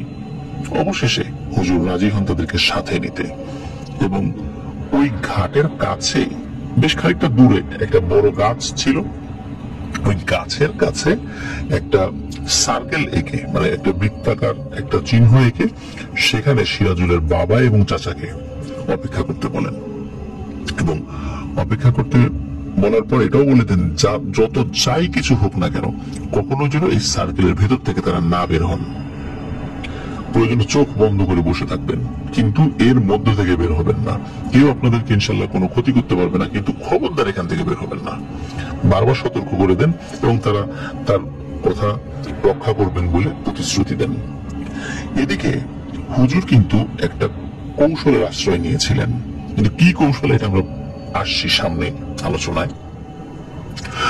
হুজুর কি করেছেন, তার 4 জন স্টুডেন্টকে একটি বড় কলস হাতে ধরিয়ে দিয়েছেন, বেশ মানে বড় একটা পিতলের কলস। এই কলসটা 4 জন স্টুডেন্টের কাছে দিয়েছেন। এই 4 জন মিলে সেটা উঁচু করতে হয়েছে, বেশ মানে বড় এবং এত ভারী আর কি। আর 2 জন স্টুডেন্ট ওরা কি করেছে, দুটো ষাঁড় গরুর চোখ বেঁধে এনেছে। চোখ বাঁধার পেছনে কারণ রয়েছে। কারণ হলো হঠাৎ করে ষাঁড় গরু যদি দেখে যে সামনে ভয়ানক কোনো জিনিস, তাহলে ওরা ছুটে পালাতে পারে। এই জন্য তাদের চোখ বেঁধে আনা হয়েছে। চোখ বেঁধে খুব ভালোভাবেই ওই দুজন স্টুডেন্ট তারা ষাঁড়গুলোকে ধরে ঘাট থেকে একটু দূরে দাঁড়িয়ে আছে। হুজুর গিয়ে আবার অন্য দিনের মতো রিচুয়াল শুরু করবেন, কেবল হঠাৎ করে দেখা গেল যে আকাশে একখণ্ড মেঘ এসে চাঁদটা ঢেকে দিয়েছে। হুজুর রিচুয়াল শুরু করতে পারছেন না। কারণ হলো চাঁদ মেঘে ঢাকা পড়ে যাওয়ার কারণে কিন্তু চারদিকে কিছুটা অন্ধকারাচ্ছন্ন হয়ে যায়। গত রাত্রে পূর্ণিমা ছিল, পরের দিনে তো চাঁদের আলো বেশ ভালোই থাকার কথা, কিন্তু এই মেঘের কারণে কিছুটা অন্ধকার হয়ে যায়। তখন হুজুর বলেন এই মেঘ না সরা পর্যন্ত কোনোভাবেই ওই পিশাচকে ডাকা যাবে না, কারণ এখন যদি ডাকি ও যদি উপস্থিত হয়ে যায় তাহলে ভয়ানক বিপদ আসবে, ওর শক্তির সাথে আমরা পেরে উঠবো না। হুজুর অপেক্ষা করতে থাকেন। অনেকক্ষণ পর মনে হচ্ছে যে মেঘ সরে যাবে যাবে ভাব, কিন্তু আবার মেঘ চলে আসে। এরকম চলছে। এদিকে কি হয়েছে যে হুজুরের দোয়া পড়ার আগেই হঠাৎ করে পানির মধ্যে পাক শুরু হয়ে গেছে, জলোচ্ছ্বাসের মতো সৃষ্টি হচ্ছে। হুজুর তো ভয় পেয়ে যান যে সর্বনাশ, এখনো আকাশে চাঁদ পরিপূর্ণভাবে ওঠেনি, মেঘে ঢেকে আছে। এখন যদি পিশাচটি উপস্থিত হয় তাহলে ওর মোকাবেলা করা অনেক কঠিন হয়ে যাবে। উনি আল্লাহ আল্লাহ করছিলেন, আল্লাহ তাড়াতাড়ি এই মেঘ খণ্ড সরিয়ে দাও চাঁদের উপর থেকে। কিন্তু ওদিকে যেটা হয়েছে যে ওই পাক শুরু হয়েছে, কিন্তু ওই পিশাচটি তখনও ভেসে ওঠেনি। তো এরকম বেশ খানিকক্ষণ হচ্ছে। হুজুর খালি অপেক্ষা চিন্তা করছেন যে আল্লাহ তাড়াতাড়ি এটা সরিয়ে দেয়। এখন যদি পিশাচটা চলে আসে এখানে তাহলে কি না জানে কি অবস্থা হবে। তখন সত্যি সকলে দেখে যে নিচ থেকে কিছু একটা আস্তে আস্তে আস্তে আস্তে ভেসে উঠছে। একটা বিশাল আকৃতির মাথা সেটা ভেসে উঠছে এবং ভেসে উঠতে উঠতে উঠতে উঠতে কোমর পর্যন্ত ভেসে উঠেছে এবং মনে হচ্ছে বিশাল এক পর্বত ওই নদীর ওখান থেকে জেগে উঠেছে। কি ভয়ানক তার দেহ! যতটুকু চাঁদের আলো ছিল, মেঘে ঢাকা অবস্থায় এমনিতেও তো কিছুটা আলো থাকে, স্পষ্ট বোঝা যাচ্ছিল এই জিনিসটা শরীর অনেকটা কুমিরের যে স্কিন যেরকম হয় অনেকটা তেমন। চোখ দুটি নীলাকার, নীল চোখ, এবং তার মধ্য থেকে টর্চ লাইটের মতো আলো বের হচ্ছে। তার মুখমণ্ডল এতটা ভয়ঙ্কর যে মুখের বিভিন্ন জায়গায় অবিন্যস্ত ভাবে চোখা চোখা দাঁত। আর মুখটা মানুষের মতো ঠিক না, চোখ আছে, মুখ আছে, নাক আছে, এটা বোঝা যায়, কিন্তু চেহারাটা এত বিভৎস, এটা আসলে কোনো মানুষের পক্ষে দেখে সহ্য করার মতো না আর কি। ওই দৃশ্য দেখে ওই সিরাজুলের চাচা ওই সার্কেলের মধ্যেই সেন্সলেস হয়ে গেছেন, আর সিরাজুলের বাবা লা ইলাহা ইল্লাল্লাহ সুবহানাকা ইন্নী কুনতু মিনাজ জালিমিন এইটা পড়ছেন আর চোখ বন্ধ করে মধ্যে বসে আছেন, বাইরে বেরোনো নিষেধ। হুজুর তো তখন দোয়া পড়া শুরু করেন, আর উপায় নাই, পিশাচটা ভেসে উঠেছে আকাশের থেকে। ওই মেঘ তখনও সরেনি। হুজুর দোয়া পড়ছেন, তখন ওই পিশাচটা গর্জন করতে থাকে এবং গর্জন করতে করতে বলে, এই ষাঁড় দুটা নিচে নামাই দে। তখন হুজুর সাহস করে বলেন যে আগে সিরাজুলকে ফেরত দে। বলে না, আগে ষাঁড় দুটা নামা। তখন হুজুর বুঝতে পারেন যে ওই জিনিসটি যখন ওই ষাঁড়কে কাছে পাবে তখন ওর শক্তি আরো বৃদ্ধি পাবে।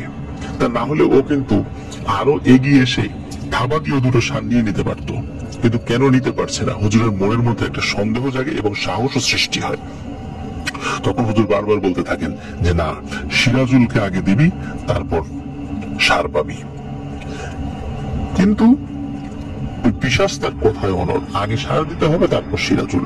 এভাবে কথা চলতে থাকে।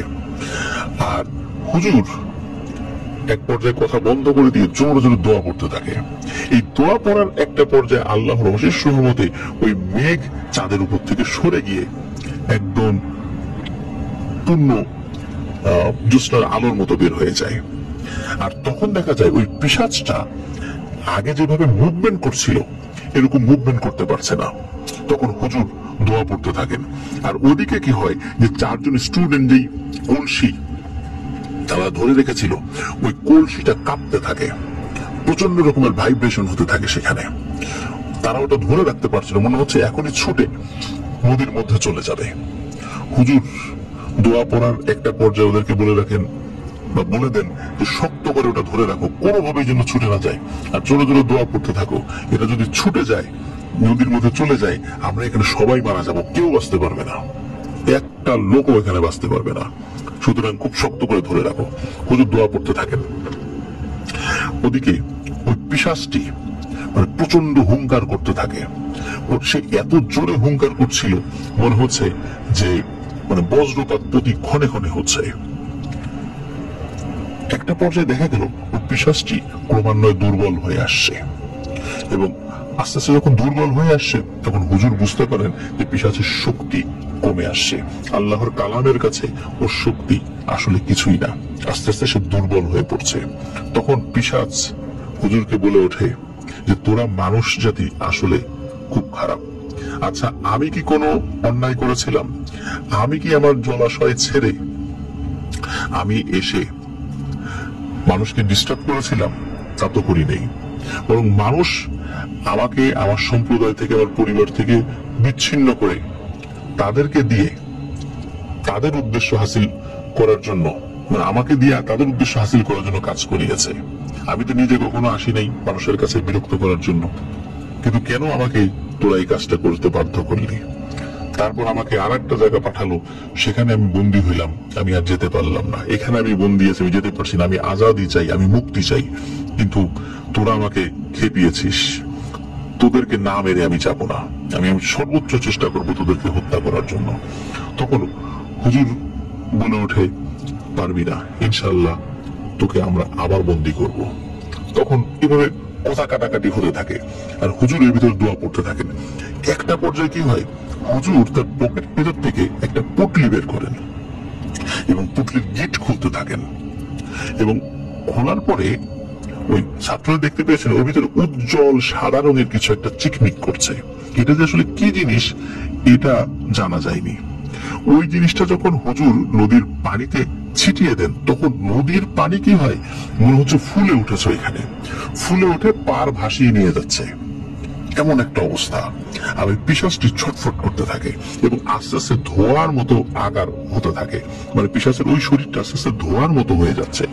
তখন হুজুর তার ছাত্রদেরকে বলে, তোমরা শক্ত করে ধরে রাখো ওই কলসটা। আর কলস তখন আরো বেশি ভাইব্রেশন বা নড়াচড়া শুরু করে। এদিকে তারাও শক্ত করে ধরে রেখেছে। একটা পর্যায়ে কি হয়, ওই ধোঁয়াটা চোখা হয়ে সা করে এসে ওই কলসের মধ্যে ঢুকে যায়। আর হুজুর দৌড়ে গিয়ে ওই যে পুটলিটা ছিল, ওই পুটলিটা ওই কলসের মুখের মধ্যে ঢুকিয়ে দেন এবং একটা কাপড় জাতীয় কিছু দিয়ে ওর মুখটা আটকে দেন। এবং কিছু সময় পরে আর একটা জিনিস উনি সাথে করে নিয়ে এসেছিলেন, শক্ত জাতীয় কিছু, সেটা দিয়ে আবার কলসের মুখটা আটকে দেন। ওই কলসের মাপ অনুযায়ী, মুখের মাপ অনুযায়ী একটা জিনিস উনি আগে থেকে বা ক্যাপ জাতীয় কিছু উনি আগে থেকে প্রস্তুত করে রেখেছিলেন। তো ওটা যখন উপর লাগিয়ে দেন, তখন উনি আলহামদুলিল্লাহ বলে শুকরিয়া আদায় করেন আল্লাহর কাছে যে আর কোনো ভয় নাই, পিশাচটি বন্দী হয়ে গেছে। ওই সময় ওই চারজন ছাত্রকে বলেন, তোমরা দ্রুত চারদিকে খেয়াল করো বা যাও খুঁজে দেখো সিরাজুলকে কোথাও না কোথাও পাওয়া যাবে, কারণ পিশাচটি যেহেতু বন্দী হয়ে গেছে, সিরাজুলকে আটকে রাখার ক্ষমতা ওর শেষ হয়ে গেছে। সিরাজুল কোথাও না কোথাও এখানে আশেপাশে অবশ্যই আছে, কারণ ওইখানকার পানি ফুলে উঠেছে, ওর নিচ থেকে সিরাজুল ভেসে অবশ্যই উঠেছে। তখন ওই চারজন স্টুডেন্ট এবং ওই যে ষাঁড়গুলো ধরে রেখেছিল, ওই দুজনও আশেপাশে খুঁজতে থাকে।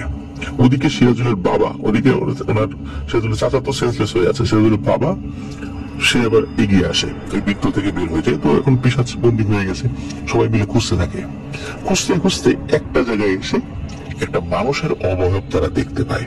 দেখে যে কাদার মধ্যে, ওই যে পানি তো উপচে পড়েছিল, এদিকে কাদা হয়ে গেছে, কাদার মধ্যে উপর হয়ে মানুষের মতো কিছু একটা পড়ে আছে, কিন্তু তার শরীরে কোনো জামা কাপড় ছিল না। তারা দৌড়ে যায়, গিয়ে দেখে যে কাদার মধ্যে উপর হয়ে একটা মানুষ পড়েছে, কিন্তু সমস্ত শরীরে পিচ্ছিল জাতীয় পদার্থ এবং খুব দুর্গন্ধ শরীরে। হুজুর বলেন একজনকে যে দ্রুত নদী থেকে কিছু পানি উঠাও, ওর শরীরটা পরিষ্কার করাই দাও, আর তোমাদের মধ্যে একজন তার জুব্বাটা খুলে ফেলো এবং ওর শরীরে এটা মুড়িয়ে দাও, ওকে দ্রুত বাড়িতে নিয়ে যেতে হবে। তো সিরাজুলকে ওখান থেকে উদ্ধার করে বাড়িতে নিয়ে যাওয়া হয়। রাতের বেলায় চারদিকে খবর উঠে যায় সিরাজুলকে পাওয়া গেছে। এতদিন পর পানির ভেতর থেকে সিরাজুলকে পাওয়া গেছে। এখন সিরাজুলকে জীবিত না মৃত তখনও বোঝা যাচ্ছিল না। তবে তাকে যখন পরিষ্কার পরিচ্ছন্ন করানো হয় তখন মনে হলো যে সিরাজুলের শ্বাস প্রশ্বাস ফেরত এসেছে, সে নিঃশ্বাস নিচ্ছে। আর তারপরে হুজুর তার মতো করে ঝাড়ফুঁক শুরু করেন। মাঝে মাঝে কি হয় যে সিরাজুলের হাতের আঙ্গুলগুলো কেঁপে ওঠে, শরীরটা একটু কেঁপে ওঠে, আর সিরাজুলকে ফেরত পেয়ে তার মা মানে খুশিতে কান্না করে ওঠে। আশেপাশের লোকজনও মানে তারা খুশিতে কান্না করে দেয় যে সিরাজুলকে পাওয়া গেছে, এমন একটা অলৌকিক ঘটনা ঘটে গেছে। হুজুর দোয়া পড়ছেন। এদিকে সিরাজুল মাঝে মাঝে নড়ে ওঠে, আবার নিস্তেজ হয়ে যায়। ভোর রাতে একদম ফজরের আজানের সময় সিরাজুলের শরীরটা 3-4 বার ঝাঁকুনি দিয়ে ওঠে এবং এরপরে সিরাজুল নিস্তেজ হয়ে যায়। পরে দেখা গেল সিরাজুল মারা গেছে। সিরাজুল বলে যেতে পারেনি আসলে পানির নিচে তার সাথে কি হয়েছিল। সিরাজুলের মৃত্যুতে পরিবারের সবাই যেই একটু আগে খুশির কান্না করেছিল সেটা তখন দুঃখের কান্নায় রূপান্তরিত হয়। উপস্থিত সবাই কান্না করতে থাকে। এমন একটা ঘটনা, অলৌকিক ঘটনা, সবাই দেখে তো আসলেই অবাক হয়েছিল। সিরাজুলকে পেয়ে সবাই খুশি হয়েছিল, কিন্তু আবার সিরাজুলের মৃত্যু সবার মনের মধ্যে বিষাদের ছায়া হয়ে আসে। সিরাজুল মারা যায়। সকলের কান্নায় হুজুরের চোখেও পানি চলে আসে। হুজুর শুধু একটি কথাই বলেন যে আল্লাহ তার ভাগ্য যেভাবে লিখেছিলেন সেটাই হয়েছে। তা না হলে এত চেষ্টা করার পরও আমরা সিরাজুলকে বাঁচাতে পারলাম না কেন? আর আমি এত ঝুঁকি নিলাম, তারপরও মা বাবার কোলে তার সন্তানকে জীবিত অবস্থায় ফেরত দিয়েছি সত্য, কিন্তু এখন তো সে মৃত। সিরাজুল মারা গেল। পরদিন সকালবেলা নিয়ম অনুযায়ী তাকে দাফন কাফন করানো হয়।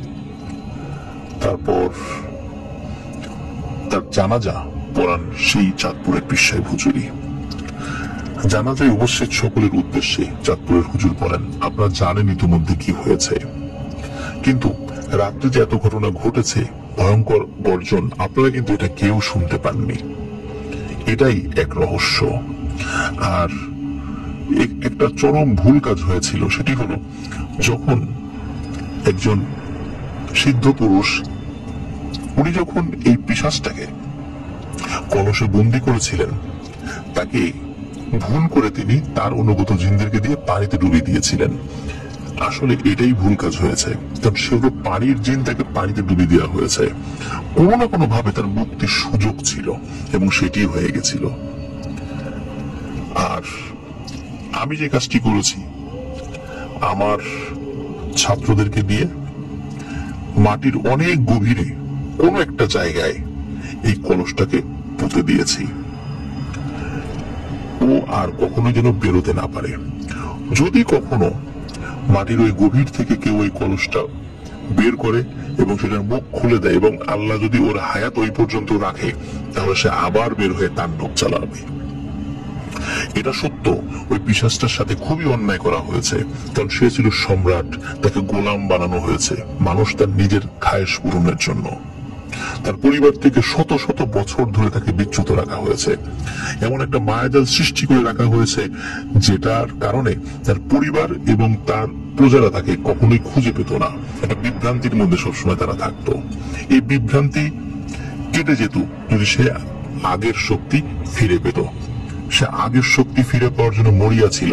সে বারবার কাজ করে দিত, বলতো আজাদি চাই, আমার আজাদি চাই, কিন্তু সে আজাদি কখনো পায়নি।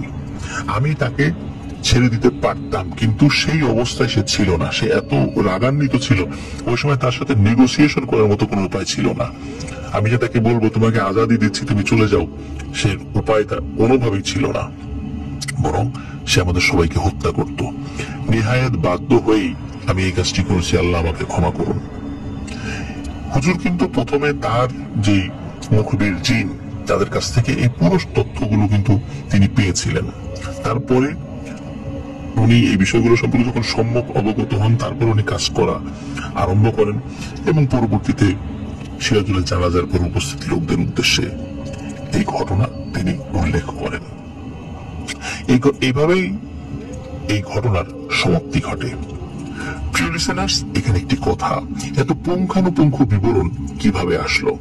এই যে 6 জন স্টুডেন্ট, এই 6 জন স্টুডেন্টের মধ্যে একজনের বাড়ি ছিল শরীয়তপুরে, তার নাম ছিল আব্দুল্লাহ। এই আব্দুল্লাহ ওই হুজুরেরই ছাত্র ছিলেন এবং শিষ্য ছিলেন, যার কারণে ওই আব্দুল্লাহ হুজুরকে রাজি করিয়েছিলেন যেন এখানে তিনি আসেন। যার ফলশ্রুতিতে তিনি আসেন, মানে তাকে একটু কনভিন্স করার একটা ব্যাপার ছিল। উনি তো এসেছিলেন, কিন্তু কাজ যতটুকু আল্লাহর ইচ্ছা ছিল ততটুকুই হয়েছে। এই আব্দুল্লাহ ছিল হচ্ছে মাহিরের খালুর বাবার বন্ধু। আব্দুল্লাহ তার লেখাপড়া শেষ করে আবার শরীয়তপুরে ফেরত আসেন এবং আব্দুল্লাহ কিন্তু একাধিকবার ওই মাহিরের খালুর বাবার কাছে এই গল্পগুলোর পুঙ্খানুপুঙ্খ বিবরণ দিয়েছেন। আব্দুল্লাহ মারা গেছেন অনেক আগে, মাহিদের খালুর আব্বাও মারা গেছেন। মাহিদের খালুর আব্বার কাছ থেকে মাহিদের খালুরা, মানে ভাই বোনেরা, তারা এই ঘটনাটি শুনেছিলেন এবং ঘটনাটি বেশ এলোমেলো ছিল। বিভিন্ন ভাবে আবারও গুছিয়ে সুন্দর করে সেটি আমাদেরকে মাহিদ উপস্থাপন করেছেন। মাহিদের কাছ থেকে সৌমিত্র রয় আমাকে দিয়েছেন এবং আমি আপনাদের সামনে প্রিয় লিসেনার্স উপস্থাপন করলাম। প্রিয় লিসেনার্স, এই জায়গাতে কয়েকটি কথা আমি বলতে চাই। সেটি হলো যে জিনদেরকে নিজেদের খায়েশ পূরণের জন্য কোনোভাবেই বশীভূত করে তাদেরকে দিয়ে কাজ করানো জায়েজ নেই, এটি সম্পূর্ণ হারাম। অনেক মুসলিম সাধকদের মধ্যেও এই বিষয়টি দেখা যায় যে তিনি জিন সাধক, তার কাছে অনেক জিন আছে, তিনি জিন পালেন। এই জিনিসগুলো কিন্তু জায়েজ নেই। হ্যাঁ, কোন ব্যক্তির আমলের কারণে কোন জিন যদি তার সহবতে আসে, মানে তাকে সঙ্গ দেয়, তার কাছ থেকে দ্বীনি ইলম শিক্ষা করে, নিজে থেকে যদি কোনো কাজ করে দিতে চায়, সেই বিষয়টা সম্পূর্ণ আলাদা। কিন্তু তাদের ইচ্ছার বিরুদ্ধে কোনো কিছু করতে বাধ্য করানো যাবে না, এই জিনিসটি সম্পূর্ণ নিষিদ্ধ। আরেকটি বিষয়, সেটি হলো যে যখন ওই সিদ্ধ পুরুষ যিনি একজন ধার্মিক ব্যক্তি ছিলেন হিন্দু ধর্মের, তো তিনি যখন ওই জিনকে বন্দি করেন, বন্দি করার পর তার অনুগত জিনদেরকে দিয়ে ওটা পানিতে ডুবিয়ে দেন, তখন কিন্তু আরেকজন তান্ত্রিক ছিল যে ওই পিশাচকে সেখানে পাঠিয়েছিলেন, কিন্তু সে কিন্তু তার পিশাচ সম্প্রদায়কে দিয়ে ওই কলসের মুখ উন্মোচন করতে সক্ষম হননি। তো এটার পিছনে একটা ঐতিহাসিক ব্যাপার কাজ করে, যেটা ঐতিহাসিক সত্য। আমাকে এই বিষয়টি বলেছিলেন, আপনার আসিফ আলী ভাইয়ের কথা মনে আছে, তার একাধিক ঘটনা কিন্তু আমি বলেছি আমাদের চ্যানেলে।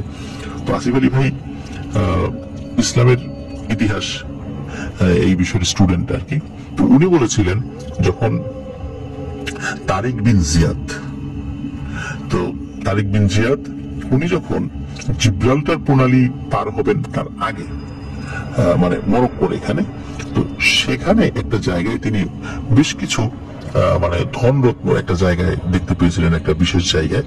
তো সেখানে তিনি তার অনুগতদেরকে ওই জায়গায় হাত দিতে নিষেধ করেছিলেন, কিন্তু একজন কৌতূহলবশত একটা বোতল দেখতে পান, একাধিক বোতল ছিল সেখানে, ওই বোতলের মুখ খুলে ফেলেন। হঠাৎ ভেতর থেকে ধোঁয়ার মতো বের হয়ে আসে এবং প্রকাণ্ড এক দানবের আকৃতি ধারণ করে। কিন্তু দানব বের হয়ে উপস্থিত সবাইকে দেখে সালাম দেন, সালাম দিয়ে বলেন যে আমি বহুকাল যাবত এখানে বন্দী ছিলাম, এখানে যতগুলো বোতল দেখতে পাচ্ছেন এর মধ্যে আমার সঙ্গী সাথীরা বন্দী আছে, আমাদেরকে বন্দী করে রাখা হয়েছিল, কিন্তু আমাদের সম্প্রদায়ের কেউ এই মুখগুলো খুলতে সক্ষম না। আপনারা যদি আমাদেরকে মুক্ত করেন কৃতজ্ঞ থাকবো। কোন বিশেষ কারণে হয়তোবা তাদেরকে মুক্ত করা হয়নি। যখন তারেক বিন জিয়াদ উনি যখন জাহাজ নিয়ে যাচ্ছিলেন, তখন ওনার সাথে সঙ্গী সাথীরা দেখেছিল ওই দানবটি ও জাহাজের যে মাস্তুলের উপরে এসে বসেছে এবং দীর্ঘ সময় সেখানে ছিল, কিন্তু কারো কোনো ক্ষতি করেনি, চুপচাপ বসেছিল এবং অনুরোধ করেছিল আপনারা যদি এই কাজটি করেন কৃতজ্ঞ থাকবো। তো এটা আসলে কি হয়েছিল, কতদূর কি হয়েছিল এটা আমি ঠিক জানি না। আসিফ আলী ভাই বলেছিলেন যে এরকম একটা ঘটনা ওই সময় ঘটেছিল।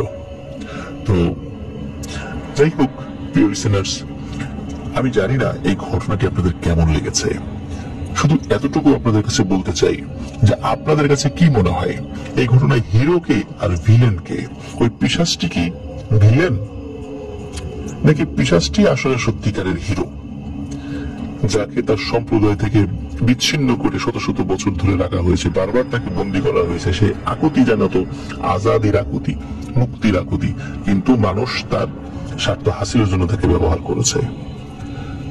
শেষ পর্যন্ত সে মুক্তি পায়নি, তাকে আবারও বন্দী করে রাখা হয়েছে। কে জানে আবার হয়তো বা কেউ গুপ্তধন আছে মনে করে সেটা খুলে ফেলবে এবং তখনই সেটা আবারও বের হয়ে আসবে, আবারও হয়তো বা তাণ্ডব চালাবে, অথবা সে তার পরিবারের কাছে ফেরত যাবে। আর এই ঘটনায় ভিলেনকে, সে তান্ত্রিক না কে এখানে ভিলেন, কি মনে হয় প্রিয় লিসেনার্স আপনাদের কাছে? হুজুর কিন্তু যিনি পীর সাহেব ছিলেন, উনি চাইলেও তাকে আসলে বন্দী না করে থাকতে পারছিলেন না, কারণ সে ওই অবস্থায় ছিল না নেগোসিয়েশন করার মতো, তার না হলে সে সবাইকে হত্যা করে ফেলতো। তিনি বাধ্য ছিলেন। কিন্তু এই যে পিশাচকে তার জায়গা থেকে নিয়ে এসে এই কাজগুলো করানো হলো, এটা কি আসলে মানুষ ঠিক কাজ করেছে? এই সিদ্ধান্ত আপনারা কমেন্ট আকারে জানাবেন যে আসলে এই ঘটনার রিয়েল হিরোকে, কে আসলে বেশি সাফারার হয়েছে, ওই গ্রামের মানুষ, সিরাজুলের পরিবার, নাকি পিশাচ স্বয়ং নিজেই সবচেয়ে বেশি সাফারার হয়েছে? এই সিদ্ধান্তের ভার আপনাদের উপর ছেড়ে দিলাম। প্রিয় লিসেনার্স, অসংখ্য ধন্যবাদ আপনাদেরকে জানাচ্ছি ধৈর্য ধরে পুরো ঘটনাটি শোনার জন্য।